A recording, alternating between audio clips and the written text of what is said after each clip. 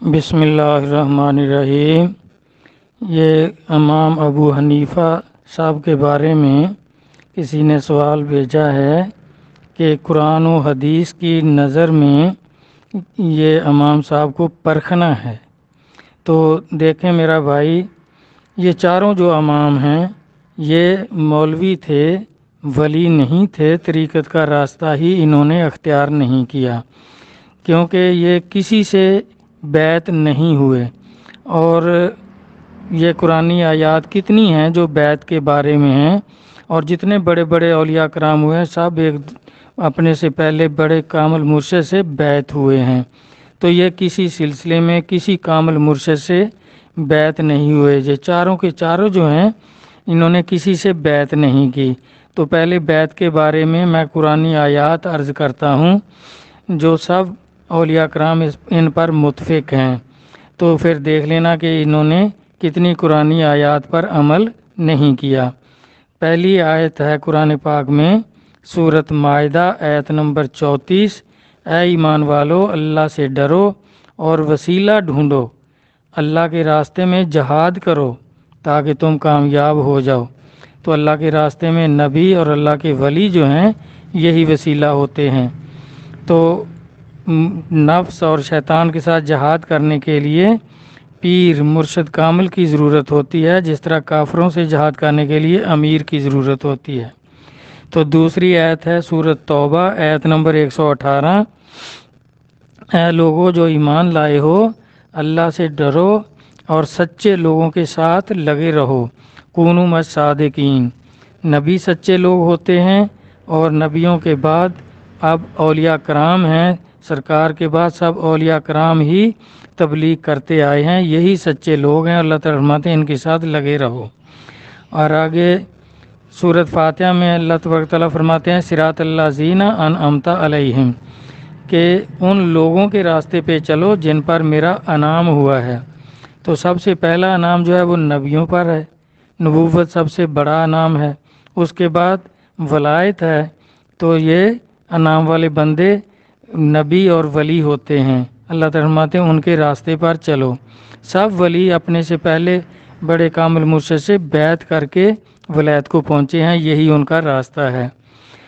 آگے یہ سورۃ نساء آیت نمبر 69 میں اللہ تعالیٰ ان انعام والے بندوں کا بھی ذکر فرماتے ہیں کہ نبیین و صدیقین و شہداء و صالحین و حسن اولئک رفیقا۔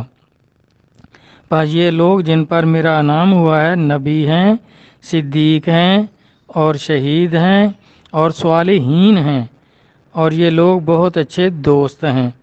تو صالحین اولیاء کرام کو ہی کہتے ہیں، ان پر اللہ کا انعام ہوا ہے، تو اللہ تعالیٰ فرماتے ہیں ان کے راستے پر چلو۔ تو اس کے آگے اللہ تبارک تعالیٰ فرماتے ہیں اے لوگو جو ایمان لائے ہو اطاعت کرو اللہ کی، اللہ کے رسول کی اور صاحب حکم کی جو تم میں سے ہے۔ پس اگر تمہارے بیچ کوئی جھگڑا ہو جائے، اولو الامر کے ساتھ جھگڑا ہو جائے، تو پھر اللہ اور اللہ کے رسول کی طرف پلٹ آؤ۔ اور اللہ تعالیٰ فرماتے ہیں اگر تم ایمان لاتے ہو ساتھ اللہ کے اور دن پچھلے کے، یہ بہتر ہے اور اچھی جزا ہے۔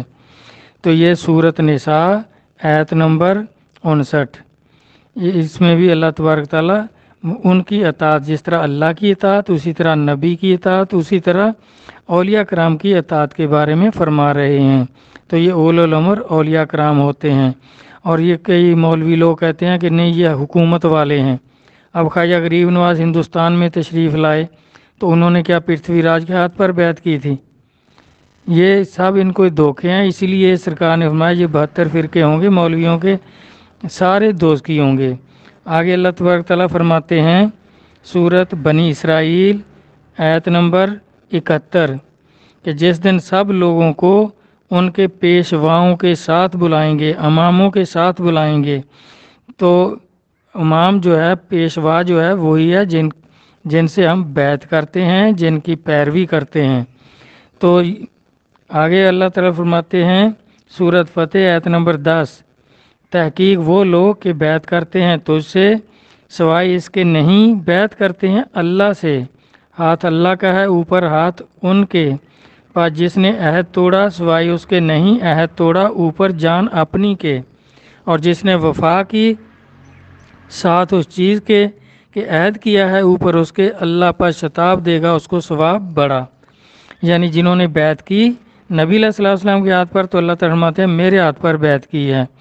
اس کے آگے سورۃ فتح آیت نمبر 18 میں فرماتے ہیں البتہ تحقیق اللہ راضی ہوا مومنین سے جس وقت کے بیعت کرتے تھے تجھ سے نیچے درخت کے، پس جانا جو کچھ بیج دلوں ان کے تھا، پس اتاری تسکین اوپر ان کے اور ثواب دیا ان کو فتح نزدیک۔ اور اللہ تعالیٰ انعام فرما رہے ہیں، بیعت کرنے والوں پر راضی ہو رہے ہیں۔ اور اس طرح آگے فرماتے ہیں سورۃ ممتنہ آیت نمبر 12، یہ عورتوں کی بیعت کے بارے میں اللہ تبارک تعالیٰ فرما رہے ہیں کہ اے نبی جس وقت آئیں مسلمان عورتیں بیعت کرتی ہوں اوپر اس بات کے کہ نہ شریک لائیں ساتھ اللہ کے کسی چیز کو، چوری اور زنا نہ کریں، نہ جھوٹ بولیں، نہ اولاد کو قتل کریں، اور اپنے ہاتھ اور پاؤں سے آپ کی نافرمانی نہ کریں، اور جو کچھ شرع کا حکم ہے اس پر عمل کریں، تو ان کی بیعت قبول کرو اور ان کے لیے بخشش مانگو، اللہ بخشنے والا مہربان ہے۔ آپ دیکھ لیں ان اتنی آیات کا یہ امام ابو حنیفہ صاحبہ بھی اور امام صاحب بھی نعمان بن ثابت صاحب دونوں نے اتنی آیات کا انکار کیا۔ نہ اس کی بیٹی نے کسی سے بیعت کی ہے جبکہ عورتوں کے لیے اللہ علیحدہ فرما رہے ہیں، اور نہ اس نے کسی سے بیعت کی ہے۔ کتنی 8 آیات کا یہ انکاری ہے، تو پھر ہم اس کو کیسے ولی مان لیں؟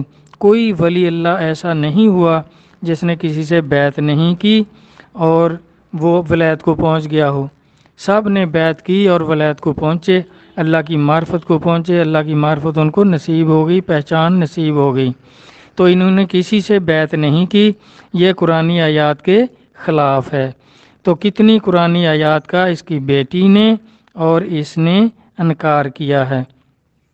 آگے حدیث مبارکہ میں دیکھتے ہیں، عبداللہ بن عمر رضی اللہ عنہ سے روایت ہے کہ میں نے رسول اللہ صلی اللہ علیہ وسلم سے سنا فرماتے تھے جس شخص نے امیر کی اطاعت سے اپنا ہاتھ نکال لیا قیامت کے دن وہ اللہ تعالیٰ کو ملے گا، اس کے لیے کوئی دلیل نہیں ہوگی، اور جس شخص نے کسی سے بیعت نہیں کی وہ جہالت کی موت مرے گا۔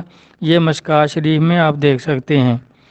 اور اس نے کسی سے بیعت نہیں کی تو نبی صلی اللہ علیہ وسلم فرما رہے ہیں کہ وہ جہالت کی موت مرے گا جس نے کسی سے بیعت نہیں کی۔ دوسری حدیث مبارک ہے عبادہ بن صامت جو کہ بدری صحابی ہیں، انہوں نے فرمایا کہ رسول اللہ صلی اللہ علیہ وسلم نے ایک جماعت سے فرمایا، یعنی صحابہ کرام سے، تم مجھ سے اس بات پر بیعت کرو کہ اللہ تعالیٰ کے ساتھ کسی کو شریک نہ بناؤ گے، چوری اور زنا نہ کرو گے، اپنی اولاد کو نہ مارو گے۔ یہ لمبی حدیث ہے، یہ سورۃ ممتنہ آیت نمبر 12 کے پورے الفاظ نبی صلی اللہ علیہ وسلم نے دہرائے ہیں۔ یہ صحیح بخاری جلد اول کتاب الایمان میں موجود ہے، وہاں سے آپ دیکھ سکتے ہیں۔ آپ دیکھیں یہ ساری انہی حدیثوں سے اولیاء کرام نے بیعت کا جو سلسلہ شروع کیا ہے، یہ قرآن و حدیث سے ہی ثابت ہے۔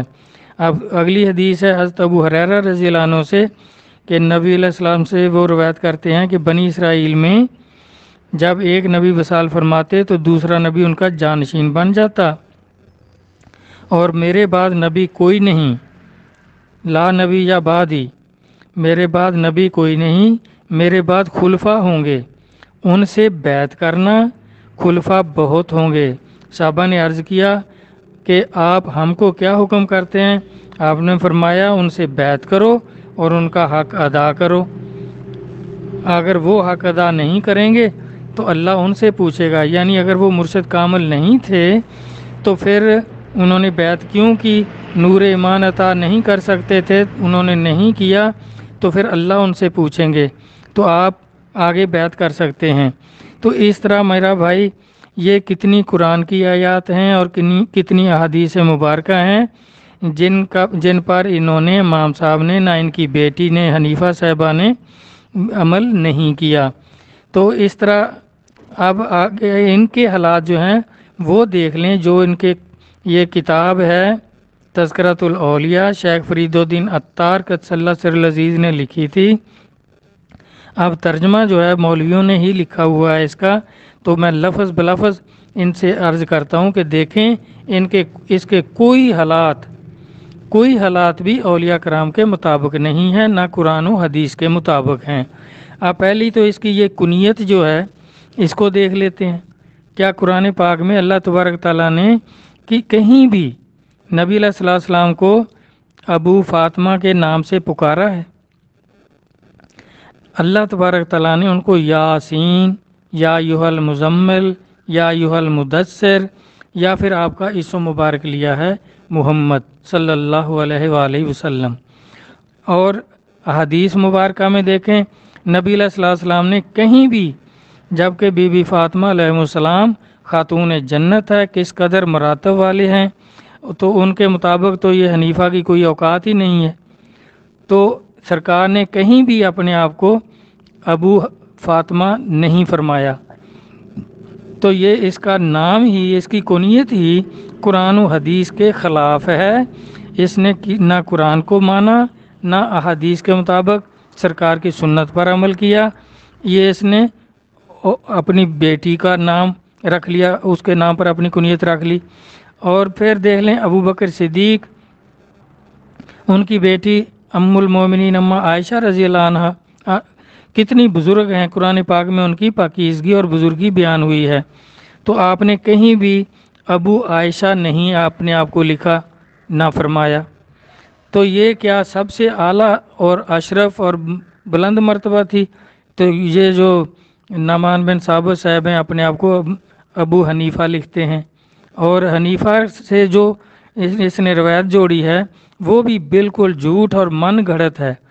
کسی ملک کی عورتیں کفر کے زمانے میں بھی کافر عورتیں بھی کبھی انہوں نے یہ سوال نہیں کیا تھا کہ ہمارے لیے 2 مرد جائز کر دو کہ ہم ایک وقت میں 2 مردوں سے شادی کر لیں، یہ کبھی بھی نہیں ہوا۔ اس نے من گھڑت قصہ لکھ کر اپنی بیٹی کا ایسے ہی نام مشہور کرنے کے لیے، پتہ نہیں اس کا کیا مقصد تھا۔ تو یہ دونوں چیزیں قرآن و حدیث کے ہی خلاف ہیں۔ اب دیکھیں پھر یہ بغداد شریف میں ہوا ہے تو 200 سال سے بھی زیادہ عرصہ ہو گیا تھا وہاں اسلام پھیلا ہوا تھا، تو کیا مسلمان عورتیں یہ سمجھتی تھی کہ یہ مولوی جو ہے یہ قرآن کے قانون کو بدل سکتا ہے، اس کو اختیار ہے یہ کہ اللہ تعالیٰ تو فرماتے ہیں ایک ہی شوہر ایک وقت میں ایک عورت کر سکتی ہے، تو یہ ہمیں 2 کی اجازت دے دے گا تو جائز ہو جائے گا؟ یہ تو یہودی اور عیسائی پادری جو تھے وہ یہ کام کرتے تھے کہ آسمانی کتابوں میں تحریف کر لیتے تھے، چینج کر دیتے تھے، اپنی مرضی سے کچھ آیات اس میں شامل کر دیتے تھے۔ تو اس طرح وہ تو کر سکتے تھے، لیکن مسلمان عورتیں یہ کبھی نہیں سوال کر سکتی تھیں، یا کسی اور حدیث سے، کسی آیت سے، کسی تاریخ سے کوئی ثبوت کر دیں کہ کبھی بھی کسی عورتوں نے یہ سوال کیا ہو کہ ہمارے لیے 2 مرد ایسے۔ پھر یہ امام صاحب سے کیوں کہیں گی؟ مولوی تو نہیں قرآن کو بدل سکتا۔ اب اس طرح یہ بھی ان کی قرآن و حدیث کے دونوں کے خلاف اس کی کنیت اور اس کا جو عورتوں پہ الزام لگا رہا ہے۔ تو نبی علیہ الصلوۃ والسلام کا فرمان تو ہے کہ بھئی جو کسی کے عیب پر پردہ ڈالے گا اللہ تعالیٰ قیامت میں ان کے عیبوں پر پردہ ڈالے گا۔ اور یہ ایسے ہی پتہ نہیں کیا انہوں نے لکھا ہے، اور یہ دوزخیوں کے امام صاحب، یہ عام طور دیکھ لیں کسی اللہ کے ولی نے، داتا صاحب ہیں، خواجہ غریب نواز ہیں، بابا فرید ہیں، بلے شاہ صاحب ہیں، اور کتنے بزرگ ہوئے ہیں، غوث اعظم قدس اللہ سر بازی بستامی جو اس علاقے میں ہیں، سری سکتی قدس اللہ سر العزیز، معروف کرکی قدس اللہ سر العزیز، انہوں نے کسی نے بھی ان کا نام تک نہیں لیا کیا وہ حنفی تھے یا شافی تھے، کون سی ان کی فقہ تھی۔ یہ صرف دوست کی مولوی اپنے دوست کی اماموں کو امام کہتے ہیں۔ تو اولیاء کرام نے تو بھائی اس سے بالکل انہوں نے گریز کیا ہے کہ یہ تو صرف عقلی دلیلیں ہیں ان کے پاس، اور جھوٹی من گھڑت دلیلیں یہ دیتے ہیں۔ اور پھر دوسرا دیکھیں یہ سرکار کی توہین کتنی لکھ رہا ہے۔ یہ کتاب ہے تذکرۃ الاولیاء، اس کا صفحہ 154 پر یہ کہتا ہے کہ جی میں نے خواب میں دیکھا کہ میں سرکار کا میں نے مزار جو ہے وہ اس کو توڑ دیا ہے، اور سرکار کی ہڈیاں نعوذ باللہ باہر نکالی ہیں، اور ہڈیوں کو میں توڑ توڑ کر علیحدہ علیحدہ کر رہا ہوں۔ تو آپ دیکھیں کتنی توہین یہ کر رہا ہے نبی علیہ الصلوۃ والسلام کی۔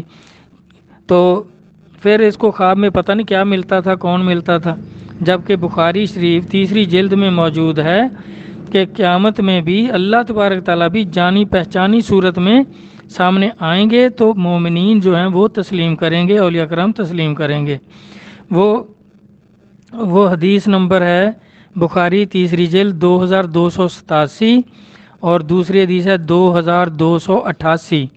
اس میں نبی علیہ الصلوۃ والسلام فرما رہے ہیں کہ اللہ تعالیٰ پہلے جب آئیں گے کہیں گے کہ میں تمہارا رب ہوں، تو لوگ کھڑے رہیں گے اور نبی سجدہ کر دیں گے، تو اللہ تعالیٰ ان کے قریب آ کر پوچھیں گے کہ تم کس کے انتظار میں ہو، تو وہ کہیں گے جب ہمارے مولا آئیں گے تو ہم پہچان لیں گے، تو اللہ تعالیٰ جانی پہچانی صورت اختیار کریں گے۔ تو جانی پہچانی صورت تو پیر و مرشد کی ہوتی ہے، ورنہ مولویوں نے کس صورت کو یہاں پہچانا ہے؟ کیا ان کو اللہ کی معرفت ہوئی ہے؟ انہوں نے تو وہ راستہ ہی اختیار نہیں کیا، تو کس طرح پہچانیں گے؟ اب نئی پاک کو بھی کس طرح اس نے پہچان لیا؟ پھر یہ سارے ان کے شیطانی چکر ہیں، شیطان ان کو گمراہ کرتا رہتا ہے، اور اس کو یہ کبھی نبی اور کبھی خدا سمجھتے رہتے ہیں۔ اور دوسری 2288 نمبر حدیث ہے، اس میں دیکھ لیں کہ اللہ تبارک تعالیٰ پھر اپنی پنڈلی کھولیں گے، ان سے پوچھیں گے آپ کہاں سے پہچانتے ہیں؟ تو وہ کہیں گے ہم پنڈلی سے پہچانتے ہیں، تو اللہ تعالیٰ اپنی پنڈلی ظاہر کریں گے، تو وہ پھر ان کے ساتھ ہو جائیں گے کہ ہم نے پہچان لیا۔ تو اس طرح میرا بھائی یہ انہوں نے وہ راستہ ہی اختیار نہیں کیا۔ تو دوسری جگہ یہ کہہ رہے ہیں کہ اللہ تبارک تعالیٰ نے، نبی پاک صلی اللہ علیہ وسلم نے فرمایا، مجھے زیارت ہوئی تو فرمایا کہ ابو حنیفہ، اللہ تعالیٰ نے تیری تخلیق میری سنت کے اظہار کے لیے فرمائی ہے، لہٰذا دنیا سے کنارہ کش مت ہو۔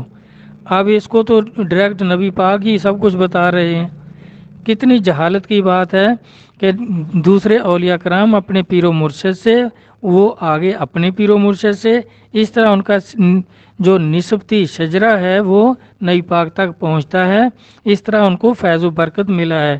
جیسے غوث اعظم رحمۃ اللہ بھی اپنے پیر و مرشد ابو سعید بن مبارک کسلا سے بیعت ہوئے اور ان سے فیض و برکت حاصل کیا، تو وہ ولایت کو پہنچے، اللہ کی معرفت کو پہنچے۔ اب دوسرا ان کا جھوٹ دیکھیں، ہر جگہ جھوٹ ہی جھوٹ ہے، اس کے سارے واقعات جھوٹ ہی جھوٹ ہیں۔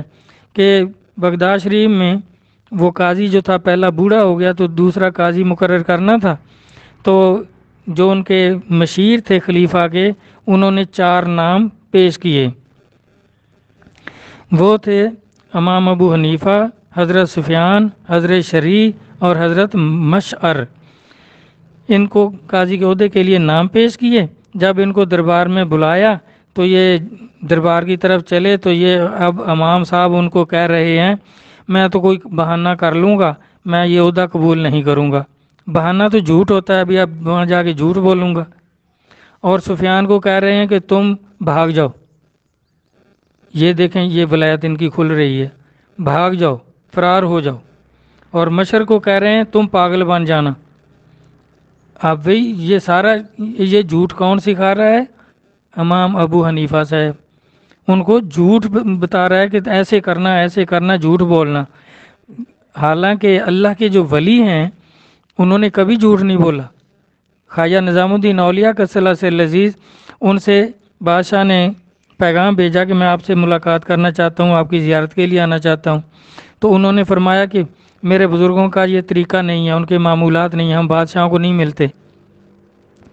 تو یہ اب کہہ رہا ہے ہم بہانے کریں گے، جھوٹ بولیں گے وہاں۔ تو بادشاہ نے سوچا کہ میں چوری چلا جاؤں، بغیر اطلاع کے چلا جاؤں خواجہ صاحب کی بارگاہ میں اور وہاں ان کو مل لوں۔ تو آپ نے فرمایا، پیغام بھیجا کہ بادشاہ میری خانقاہ کے 2 دروازے ہیں، ایک سے آپ داخل ہوں گے تو نظام الدین دوسرے دروازے سے باہر چلا جائے گا، کیونکہ میرے بزرگوں کا طریقہ نہیں ہے، میں نہیں آپ سے ملوں گا۔ تو اس طرح بزرگوں نے تو ہمیشہ سچ بولا ہے، بہانے نہیں کیے، جھوٹ نہیں بولا۔ اور پھر دیکھیں یہ حدیث پاک کہ جو شخص کسی مسلمان کے عیب کو چھپائے، اللہ تعالیٰ قیامت کے دن اس کے عیب چھپائے گا۔ اب اللہ کا نبی تو عیب چھپانے کا کہہ رہے ہیں، اور ان کی بصیرت دیکھیں 156 صفحے پر یہ لکھ رہے ہیں کہ کچھ بچے گیند کھیل رہے تھے، اور گیند اتفاق سے امام ابو حنیفہ کی مجلس میں آپ ہی کے سامنے آ گری، اور بچوں میں سے خوف کے مارے کسی میں ہمت نہ ہوئی کہ کہ آپ کے سامنے سے گیند اٹھا لی، لیکن ایک لڑکے نے بھاگ کر آپ کے سامنے سے جب گیند اٹھائی تو آپ نے فرمایا، امام صاحب نے، کہ یہ لڑکا حرامی ہے کیونکہ اس میں حیا کا مادہ نہیں ہے۔ اور جب معلومات کی گئیں تو پتہ چلا کہ واقعی وہ لڑکا حرامی ہے۔ اب دیکھیں نبی پاک فرما رہے ہیں کہ عیب چھپاؤ، اور یہ اس کے عیب ظاہر کر رہا ہے۔ بلکہ تو اس نے کیسے معلومات کر لی؟ کیا ڈی این اے چیک کرایا تھا ان کا اس وقت؟ یہ جھوٹ بول رہا ہے سارا، اور پھر اس پہ الزام لگا رہا ہے۔ اس لڑکے اور اس کی ماں اور اس کے باپ کی تو زندگی اس نے حرام کر دی۔ اب انہوں نے بیچاروں نے کیسے زندگی گزاری ہوگی؟ اس کے باپ کو بھی کہتے ہوں گے کہ تیری عورت تو زانیہ ہے، اور لڑکے کو کہتے ہوں گے تو حرامی ہے، اور عورت کو کہتے ہیں کہ تو زانی عورت ہے۔ اب وہ کیا منہ دکھاتے ہوں گے؟ اب یہ امام صاحب ہیں ان کے، نبی پاک فرما رہے ہیں کسی کے اگر اس میں اگر عیب تھا بھی صحیح تو پھر بھی اس کو چھپانے کا حکم ہے، اور یہ اشتہار دے رہے ہیں، اخبار میں دے رہے ہیں، سب کے سامنے ہی فرما رہے ہیں، ان کی زندگی حرام کر رہے ہیں۔ اب پھر دیکھیں اس کی بزرگی کہ آپ 300 نفل ہر شب پڑھا کرتے تھے۔ ایک دن راستے میں کسی عورت نے دوسری عورت کو اشارہ سے بتایا کہ یہ شخص رات میں 500 نفل پڑھتا ہے۔ اب دیکھیں اس کا اس عورت سے کیا تعلق، اور اس عورت کو کیسے پتا کہ یہ 500 پڑھتا ہے، اور یہ پڑھتا بھی نہیں ہے؟ کیا عورت رات کو اس کے پاس رہتی تھی؟ یہ ایسے جھوٹ موٹ کی کہانیاں، بزرگوں کا یہ کام ہوتا ہے۔ اور اس دن سے اس نے 500 نفل شروع کر دیے، پھر کسی عورت نے کہہ دیا کہ یہ 1000 نفل پڑھتا ہے تو 1000 شروع کر دیے۔ پھر آپ دیکھیں عورت ہی عورت، یہ اس کی ساری بزرگی عورتوں کے گرد گھومتی ہے۔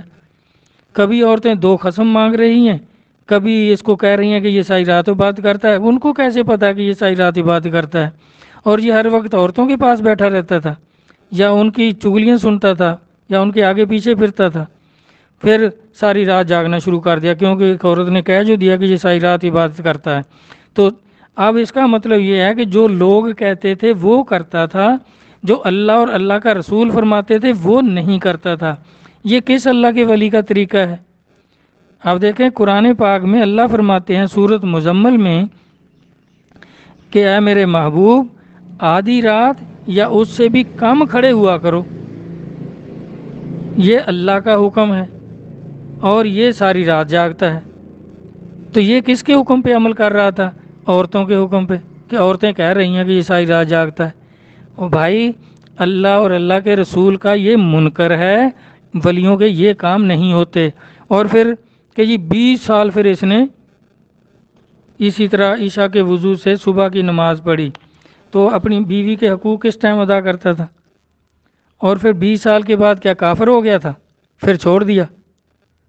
20 سال تو پوری رات جاگتا رہا، یا پھر ہدایت آ گئی ہوگی، کسی ولی کے پاس چلا گیا ہوگا، تو وہ ثابت ہی نہیں ہے کہ کسی ولی کے پاس گیا ہو۔ تو اس طرح کی یہ من گھڑت چیزیں جو ہیں ان کی، تو یہ ولیوں کے کام نہیں ہیں، نہ ان کے یہ عمل ہیں۔ آگے فرماتے ہیں کہ آپ ایک دن حمام خانہ میں تشریف لے گئے، وہاں ایک برہنہ شخص آ گیا ننگا، اور کچھ لوگوں نے تو اس کو فاسق اور کچھ نے ملحد تصور کیا۔ حالانکہ جو ننگے پھرتے ہیں وہ تو پاگل ہوتے ہیں، وہ نہ ملحد ہوتے ہیں نہ فاسق ہوتے ہیں، وہ پاگل ہوتے ہیں، ان کو ہوش نہیں ہوتا، تو وہ ان کو تمیز نہیں ہوتی کہ کپڑے پہنے، تو ان کو اس کو دیکھ کر کسی نے کچھ کہا، کسی نے کچھ، امام صاحب نے آنکھیں بند کر لی۔ اور وہ شخص، اور جب اس شخص نے پوچھا، اس کے سامنے کھڑا ہو گیا اور اس سے پوچھنے لگا کہ آپ کی روشنی کب سے ختم ہوئی ہے؟ تو کہنے لگا جب سے تیرا پردہ ختم ہوا ہے۔ اب پاگلوں سے مناظرے، یہ کیا بات ہوئی؟ اب پاگل کو یہ بات سوچتی تھی، جو ننگا پھر رہا ہے وہ تو پاگل ہے بالکل۔ اب وہ اس سے پوچھ رہا ہے کہ آپ نے آنکھیں کیوں بند کی ہیں، کیا آپ اندھے ہیں؟ تو وہ کہہ رہا ہوگا پھر اس کا مطلب تو ہوگا کہ میں سامنے کھڑا ہوں، درشن کر لو۔ بھائی یہ ایسی جھوٹی اور من گھڑت باتیں، یہ کسی ولی سے اس کے حالات نہیں ملتے۔ اور پھر دیکھیں کہ مسجد کی تعمیر کے لیے امام صاحب سے چندہ لینے کے لیے کچھ لوگ آ گئے، تو ان کو بہت ناگواری ہوئی، اور بادل نخواستہ 1 درہم دے دیا۔ شاگرد نے کہا جی آپ تو بڑے سخی ہیں، تو پھر 1 درہم کے لیے آپ کو اتنا بوجھ کیوں محسوس ہوا؟ تو فرمایا کسب حلال مٹی اور پانی میں نہیں ملتی۔ کسب حلال تو یہ کیا کاروبار کرتے تھے؟ یا کوئی اور مولوی قصب حلال کرتا ہے؟ مجھے بتا دیں کہ کون سا مولوی دیہڑی مزدوری کرتا ہے یا کاروبار کرتا ہے؟ مانگ کر تو کھاتے ہیں سارے، چندہ ٹیکس، اور کیا کرتے ہیں؟ یہ بھیک مانگتے ہیں۔ مانگنے کا طریقہ ٹھیک ہے اپنا علیحدہ علیحدہ، یہ اسپیکر میں مانگتے ہیں، دوسرے عام فقیر جو ہیں وہ گلیوں میں مانگتے ہیں۔ تو اس طرح اب کچھ دنوں کے بعد کیا ہوا کہ وہ درہم واپس کر گئے کہ یہ تو کھوٹا ہے، تو ان کو بڑی خوشی ہوئی۔ اب دیکھیں ان سے بھی فراڈ کیا، دیا بھی کھوٹا درہم، فراڈ کیا، کھوٹا درہم دیا، اور بزرگی ثابت کر رہے ہیں کہ یہ مٹی میں نہیں لگے گا، پانی مٹی میں نہیں خرچ ہوگا، یہ واپس ہی آئے گا۔ واپس ہی آنا تھا کھوٹا جو تھا، اب کھوٹا دیتے ہوئے بھی ان کو شرم نہیں آئی۔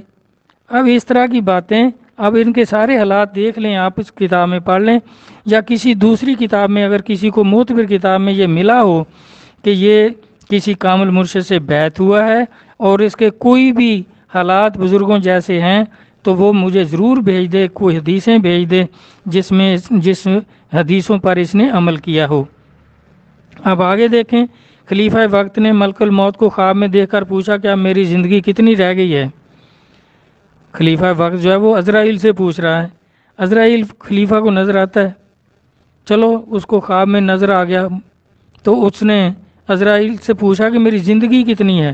تو عزرائیل نے 5 انگلیاں اٹھا دیں، یعنی اپنا ہاتھ ایسے انگلیاں 5 اس کے سامنے کر دیں۔ تو جب تمام لوگ اس کی تعبیر بتانے سے قاصر رہے تو خلیفہ نے امام صاحب سے تعبیر پوچھی۔ آپ نے فرمایا کہ 5 انگلیوں سے ان 5 چیزوں کی جانب اشارہ ہے جن کا علم خدا کے سوا کسی کو نہیں۔ اول، قیامت کب آئے گی؟ دیکھیں کتنا بڑا جھوٹ۔ اب عزرائیل جو ہے وہ محدث ہے، بخاری صاحب ہے جو حدیثیں بیان کرتا ہے، کوئی حدیث بتا دیں جس میں سرکار نے فرمایا ہو کہ عزرائیل بھی حدیثیں بیان کرتا ہے لوگوں سے۔ کتنا جھوٹ من گھڑت بنا رہا ہے یہ۔ قیامت کب آئے گی کہ کسی کو نہیں پتہ اللہ کے سوا؟ آپ کتابیں پڑھ کے دیکھیں، شرح صدور میں دیکھیں، حدیث کی کتابوں میں دیکھیں، سرکار نے فرمایا جمعے کے دن آئے گی، اور جب دجال ظاہر ہو جائے گا اس کے 150 سال بعد قیامت آئے گی۔ آپ نے ایک ایک دن بھی بتایا ہے، ٹائم بتایا ہے، تو یہ کہہ رہا ہے کتنا جھوٹ بول رہا ہے یہ۔ پھر آگے کہتا ہے دوسری یہ کہ بارش کب ہوگی؟ اب یہ کافر بتا دیتے ہیں سال کا پورا شیڈول کہ کب بارش ہوگی، کتنی ہوگی، تھوڑی ہوگی، زیادہ ہوگی، اندھاری کے ساتھ ہوگی، ہوا تیز چلے گی، نہیں چلے گی، تو یہ تو کافر بتا رہے ہیں۔ اب یہ کتنا بڑا جھوٹ، اور یہ امام اعظم صاحب جو ہیں وہ کہہ رہے ہیں ایسا، اور یہ بتا رہے ہیں کہ اس نے یہ 5 چیزیں کہی ہیں۔ اب وہ ایسا تو پوچھ رہا ہے کہ میری عمر کتنی ہے، اور دوسرا کہ حاملہ کے پیٹ میں، تیسرا یہ کہ حاملہ کے پیٹ میں کیا ہے۔ اب جائیں ہسپتال، جس کو بھی لے جائیں حاملہ کو، ڈاکٹر اسی ٹائم بتا دیتے ہیں، عیسائی بتا دیتے ہیں، یہودی بتا دیتے ہیں، اور یہ کہتا ہے کہ کوئی بھی نہیں جانتا، نہ نبی جانتا ہے نہ ولی جانتا ہے۔ کتنا بڑا جھوٹ ہے۔ ایسے جھوٹے لوگ جو ہیں، کیا یہ ولی ہوتے ہیں؟ وہ سچے لوگ ہوتے ہیں۔ اللہ تعالیٰ فرماتے ہیں سچوں کے ساتھ لگ رہو، کونوا مع الصادقین۔ تو آگے ہے کہ انسان کل کیا کرے گا، اور 5واں بتایا کہ موت کب آئے گی۔ اب غزوہ بدر میں سرکار نے لکیریں نہیں لگائیں کہ ابو جہل کا اس لکیر پہ سر ہوگا، عتبہ کا اس پہ ہوگا، شیبہ کا اس پہ ہوگا، تو اس میں سب تو آپ بتا رہے ہیں کہ ان لکیروں پہ، اس جگہ پہ، یہاں مریں گے، آج مریں گے۔ تو یہ اس طرح کا جھوٹ، اور یہ بڑا امام میرا بھائی، جس طرح سرکار نے فرمایا کہ 72 فرقے دوزخی ہوں گے، اور یہ دوزخی مولویوں کا امام، دوزخی امام ہے۔ ہم نہیں اس کو ولی مانتے، کیونکہ یہ قرآن کے بھی اس کے حالات جو ہیں خلاف ہیں، احادیث کے خلاف ہیں، اولیاء کرام کے بھی خلاف ہیں۔ اس کا کوئی عمل، کوئی قول فعل جو ہے وہ قرآن و حدیث کے مطابق نہیں ہے۔ اب میں نے کتنے عرض کر دیے ہیں، اب بیان بہت لمبا ہو رہا ہے، تو باقی بھی اس کی، کیونکہ دیکھیں اس کا کوئی مرشد نہیں ہے۔ نبی پاک صلی اللہ علیہ وسلم نے فرمایا جہالت کی موت مرے گا جس کا کوئی مرشد نہیں، جس نے کسی سے بیعت نہیں کی، اور سرکار میں جس کا کوئی مرشد نہیں اس کا مرشد شیطان ہے، جس کا کوئی شیخ نہیں اس کا شیخ شیطان ہے۔ تو یہ سب حدیثوں سے میرا بھائی یہ ولی ثابت نہیں ہوتا، یہ قرآن و حدیث کا منکر ثابت ہوتا ہے۔ اگر آپ بھی کوئی چیز مبہم رہ گئی ہو تو کتاب کے حوالے سے کہنا، یہ اپنی طرف سے نہیں کہہ دینا کہ یہ غلط ہے، جی یہ غلط ہے یا صحیح ہے، یہ اس طرح حکمن کہہ دینا یہ صرف اللہ اور اللہ کے رسول کا حق ہے، ان کو کسی کتاب کی کسی دلیل کی ضرورت نہیں ہوتی، وہ صاف کہہ سکتے ہیں کہ یہ صحیح ہے یا غلط ہے۔ تو اور کوئی بھی آدمی اگر کسی چیز کو غلط کہے تو اس طرح کسی کی معتبر کتاب سے، قرآن و حدیث کی آیات سے ثابت کرے کہ یہ میں نے جو عرض کیا وہ غلط ہے اور صحیح یہ ہے۔ اللہ رسول کے کلام اور اولیاء کرام کو سمجھنے کی توفیق عطا فرمائے، آمین۔ اللہ حافظ۔